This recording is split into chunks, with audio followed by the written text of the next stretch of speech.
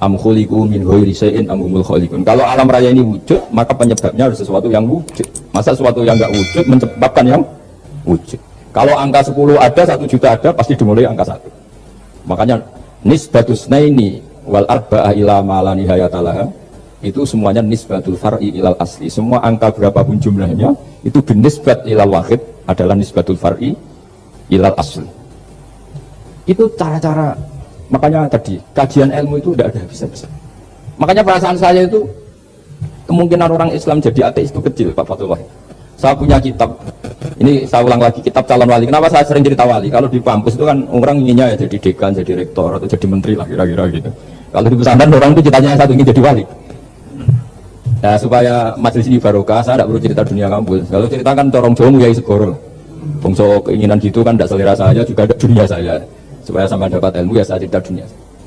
Itu kitab, saya punya kitab calon wali lah kira-kira. Atau wali sudah wali top.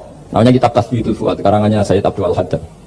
Itu beliau cerita, di antara ceritanya itu unik. Kata beliau begini, saya itu tidak khawatir orang Islam jadi murtad, apalagi jadi ateis. Karena kalimat la ilaha illallah itu sahlatun qoribah, kalimat yang mudah sekali. Sehingga saya tidak khawatir orang Islam yang ketemu orang ateis, ketemu orang macam-macam, asal diajari kalimat ini secara benar.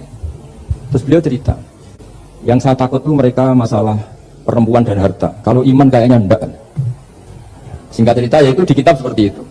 Singkat cerita saya ketemu banyak orang yang kuliah di McGill atau kuliah di Amerika, di Jerman, mungkin di Norwegia, di mana-mana, di Australia, dan ketemu teman-teman yang di Korea Selatan juga. Mereka itu orang kebanyakan yang nyuwun sewu enggak keluarga kiai, tapi mereka enggak ada yang enggak tetap iman. Ketika saya tanya kenapa Anda tetap iman, padahal ada beberapa negara yang lebih stabil, lebih makmur dibanding negara yang mengklaim sebagai negara Islam. Itu cara berpikir ya sederhana.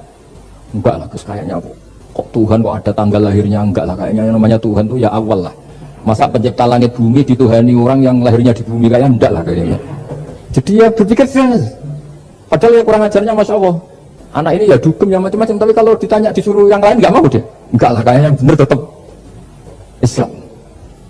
Karena kalimat ini, yaitu tadi eksistensi Tuhan, tadi eksistensi Allah itu, la ilaha itu kalimatun sahlah, kalimatun qoribah, kalimat yang begitu mudah difahami. Kenapa mudah difahami? Misalnya kita ngaji, Tuhan itu siapa? Yang menciptakan langit dan bumi. Dengan misalnya perbandingan Tuhan itu siapa? Yang lahir di bumi tahun sekian. Enak mana kalau kita menerima itu? Kan keren yang menciptakan langit dan bumi. Tuhan itu siapa? Yang ada sebelum langit dan bumi. Dengan misalnya Tuhan adalah yang lahir di bumi. Keren mana itu? Nah, bayangkan kalau kita punya Tuhan Fir'aun. Sudah mati jadi tontonan kan, terus gak keren maksudnya punya Tuhan kok seperti itu. Nah ini yang katanya Sayyid Abdul Haddad, kalimat ini sahlatun qoribah. Sehingga kalimat ini pula yang kita dilatih, la ilaha illallah kalimatu haqqin 'alaiha nahya wa 'alaiha namut wa 'alaiha nub'ats atau wa biha nub'ats insyaallah taala minal amin. Nah, saya sebetulnya tadi datang itu tidak ingin menjelaskan ini, tapi tadi kata Pak Fatullah, ilmu itu kalau dikaji tambah hari tambah mudah, karena perangkat untuk menemukan bulan itu misalnya enggak rata itu gampang sekali. Pakai teori pemandangannya bisa, pakai teori gambar juga bisa. Kalau teori pemandangan tadi, kalau kita bisa melihat mobil 2 meter masih kelihatan 2 meter, itu dengan jarak berapa masih orisinil seperti itu. Tambah jauh, tambah tidak kelihatan, tambah jauh. Nah ternyata setelah 5 kilo misalnya tidak kelihatan, berarti untuk jumlah 2 meter hilang per 5 kilo. Nah berarti kalau bulan masih kelihatan segitu, berarti jarak kita dan bulan kira-kira sekian ribu kilo. Itu bisa dihitung, itu tanpa teknologi. Makanya sebetulnya teknologi itu nyumbang itu nggak sampai 30%. Yang paling banyak ya sains tadi, pengetahuan itu yang kayak tadi orang menemukan pesawat, itu kontribusi terbesar tetap pengetahuan. Misalnya pesawat dari bahan ini kalau kecepatan sekian kena angin pecah enggak, tetap pengetahuan yang menopang itu. Teknologi kan paling mengantar supaya pesawat kecepatan sekian didorong mesin sekian dengan apa begitu. Nah pesantren seperti kita ya, saya ini dididik Mbah Mun, dididik bapak saya, buyut saya, kiai, itu sekali alim, yang alim betulan, itu ya alim betul. Ya karena memang yang repot nih yang agak-agak dukun itu ya ribet. Penting rambutnya gondrong, terus terkenal gak pernah mandi, terus nanti ada orang tertentu tertarik minta doa, ini yang ribet ini, susah ini sertifikasinya susah ini karena. Tapi kalau kita ini di pesantren yang cara sertifikasinya jelas. Jadi berani jadi Gus harus bisa baca Mu'in gitu, berani jadi Kiai harus bisa baca Wahab. Aturan mainnya jelas kalau di ini. Yang repot tuh yang sebagian itu aturan mainnya tidak jelas. Promosinya itu pernah datangi menteri loh, pernah datangi wahai ribet kalau ukuran keren tuh didatangi apa? Menteri atau pejabat. Saya teruskan ya, karena ilmu itu harus menyelamatkan kita sampai di depan Allah Subhanahu wa ta'ala. Nah, ketika kita menyifati Allah itu az-zahir, zat yang begitu jelas. Itu kalau kita kan kok begitu jelas padahal nggak bisa dilihat, terus kita sendiri tidak pernah melihat. Tapi eksistensi Tuhan sebagai Tuhan, yaitu al-wajibil wujud, itu jelas sekali karena nggak mungkin sesuatu yang wujud diciptakan oleh yang tidak wujud. Kenapa harus awal? Masa pencipta datangnya terlambat? Terus juga harus bakok itu abadi atau al-akhir kalau dalam bahasa Quran. Masa zat yang superior kemudian kalah sama yang diciptakan? Berarti nanti ada kekuatan besar yang mengalahkan Tuhan. Ya kan aneh, kekuatan ini dalam kendalinya kemudian Allah kalah kan tidak mungkin. Makanya disebut al-akhir. Allah pasti tidak ada yang mengalahkan. Terus diantaranya lagi disebut qiyamuhu binafsihi. Kalau dalam bahasa Quran disebut al-qayyum, zat yang berdiri sendiri. Gak boleh Tuhan butuh yang lain. Kalau butuh yang lain berarti bergantung pada yang lain. Dan tidak usah jadi Tuhan lah kalau masih butuh yang lain. Sehingga karena kekuatan ini, saya ulang lagi, karena kekuatan ini, ketika anak-anak mahasiswa kuliah di Jerman atau di Swiss, di negara-negara yang lebih bahagia ketimbang negara yang mayoritas muslim, itu mungkin mereka tertarik sama sistem negara itu karena ada jaminan sosial itu. Tapi nggak pernah tertarik sama Tuhannya negara itu. Karena dihitung-hitung tadi Tuhannya mesti keren kita gitu. Jadi, ini cerita ke saya Abdul Haddad, kata saya Haddad, kamu udah usah khawatir lah umat Islam murtad atau jadi ateis gitu. Karena penjelasan tauhid Islam itu begitu jelas. Jadi by design manusia itu pasti menerima tauhid kira-kira gitu. Jadi ini pentingnya ad-dhahir. Jadi Allah itu begitu apa? Jelas. Tapi Allah juga mensifati dirinya al-batin. Nah, al-batin itu gak mudah dikenali. Kenapa? Karena tubuh kita desainnya ini profan. Tubuh kita tidak sempurna, rentan. Nah, tentu sesuatu yang gak sempurna ini tidak bisa melihat zat yang super apa? Sempurna. Kita bisa rusak sementara Allah tidak. Nah, karena alasannya tubuh kita ini didesain untuk rusak, maka di surga itu keyakinan para ulama orang bisa melihat Allah karena desain tubuhnya sudah dirubah dari desain profan menjadi keabadian. Sehingga di sini terus ada kelayakan melihat. Itu pun tetap min ghairi kaifin walan hisorin, tetap ya bisa melihat, tapi orang Jawa itu kecelok melihat tapi tidak sampai paham. Karena bagaimanapun Allah itu la tudrikul absar wa huwa yudrikul absar. Bagaimanapun Allah itu laisa kamitslihi syai'un, tidak ada padanannya. Jadi makanya Allah punya sisi az-zahir bisa dikenali sekali. Kenapa ya? Nisbatus naini wal arba'ah ila ma la nihayatalah, itu nisbatul far'i ilal asl. Saya punya kitab Fathul Wahid, diajar Mbah Mun dulu, kitab Al-Husunul Hamidiyah. Itu yang ngarang itu ya kayak kelihatan ngawur, tapi ngawurnya orang alim. Jadi di situ ada gambar, gambarnya itu tidak jelas. Mungkin penanganannya juga nggak bisa gambar kayaknya. Wah bulat tuh, benang bulat ada, gambar gunung ada, gambar yang tambah ngawur ya banyak sekali. Gambarnya itu nggak ada yang jelas. Tapi dari nggak jelas itu dia bilang gini, gambar yang bulat ini, yang nggak jelas ini, tetap kamu punya rumus kan, itu dimulai dari satu titik. Mau gambar gedung tingkat 5, mau gambar hutan ada harimaunya, tetap dimulai dari satu titik. Ya alam raya ya seperti itu, mau ada Mars, ya, mau ada Jupiter, kayak tetap dimulai dari situ titik.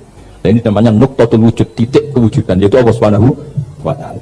Sehingga ketika kita ngaji, ketika di pesantren dulu, penjelasannya adalah Al-Quran maknanya dipadatkan di Fatihah, Fatihah dipadatkan di Bismillah, katanya Bismillah dipadatkan di titiknya Ba. Nah titik Ba ini dianggap titik awal wujud, bi kana makana wa bi yakunu mayakun. Kira-kira Allah mentitahkan karena saya semuanya yang ada, dan karena saya yang mau ada bisa saya adakan. Nah, itu sirinya lah. Jadi menerangkan tauhid itu pakai gambar. Gambarnya keliru sekali lah kalau dalam orang seni mesti melihat gak seni itu. Karena dia agak butuh gambarnya, butuh mau menjelaskan bahwa dunia sebanyak ini, bahwa alam raya sebanyak ini tetap dimulai dari satu titik. Nah, sehingga di sini ada tauhid, qul huwallahu ahad, Allahus samad, tak terus ya. Nah, saya mohon lewat penjelasan ini ya, baik orang yang ahli teknik maupun ahli medis, ahli apa saja, tolong latihlah memberi penjelasan yang mudah, sehingga agama ini mudah dicerna. Sehingga kalau ini dijelaskan secara mudah, beragama itu jadi gampang. Makanya ciri utama agamanya orang-orang baik itu satu, man radiya billahi robba. Radiya itu senang banget. Kenapa senang banget? Karena memang agama ini nyaman, indah. Jadi datang dengan kebenaran yang mudah dicerna. Coba kalau agama ini datang dengan cara misalnya gini, kamu harus menuhankan ini, dan kita tahu itu lahirnya di bumi, itu kan ada yang ganjel.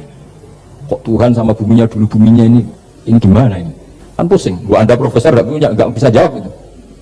Tapi kalau Tuhan itu adalah yang ada sebelum langit dan bumi kan, ya iyalah masa Tuhan terlambat datangnya kan, terus enak itu menerimanya itu. Makanya di antara kekalahan Fir'aun berdebat, ya Nabi Musa ya Nabi lah, juga proses ya. Nabi Musa ketika ditanya Fir'aun, wa ma rabbul alamin, Tuhan kamu itu siapa? Jawabnya Nabi Musa, rabbus samawati wal ardi, yang menuhani langit dan bumi. Itu Fir'aun masih bisa ngeles. Saya jalan-jalan kemana-mana, yang dituhankan saya, berarti yang Tuhan ya saya dong. Ma'alim tulakum min ilahin apa? Ghairi kata. Soal Tuhan kamu di langit, begini kata Fir'aun. Haman dipanggil, Haman bikinkan piramida yang paling tinggi. Saya ingin melihat Tuhannya Musa. Musa bingung kan? Padahal kalau naik piramida nanti Fir'aun pun tidak bisa melihat Allah kan? Wong yang Nabi yang dia aja nggak bisa melihat, apalagi Fir'aun. Padahal celakanya ketika dia tidak melihat Allah, dia akan mengatakan Allah itu tidak ada, ribet kan? Itu penjelasan tentang Tuhan yang sebetulnya sudah absolut lah. Rabbus samawati wal ardi, Tuhannya langit dan bumi. Tapi itu nggak ngefek, di perdebatan nggak ngefek. Yang ngefek adalah ketika Musa bilang gini, Rabbukum wa rabbu abaikumul awwalin. Sing nuhani buyutem. Wah kaget pengawalnya langsung doiman meskipun secara siron, secara sia. Iya, Quran pengiran berarti buyutnya ada pengiran. Kan pengiran itu tuh berarti buyutnya wah ribet kan? Ya kalau Fir'aun Tuhan, bapaknya tambah Tuhan kan, banyak buyutnya. Akhirnya kata pengawal gebetan lah Fir'aun. Artinya apa? Kadang argumentasi yang sudah benar yaitu Tuhannya langit dan bumi kan ya benar, tapi itu tidak ngefek di perdebatan, tidak ngefek. Yang ngefek adalah ketika Rabbukum wa rabbu abaikumul awwalin, yang nuhani nenek moyang. Orang mulai mikir kalau Fir'aun itu Tuhan, lalu nenek moyangnya Tuhannya siapa?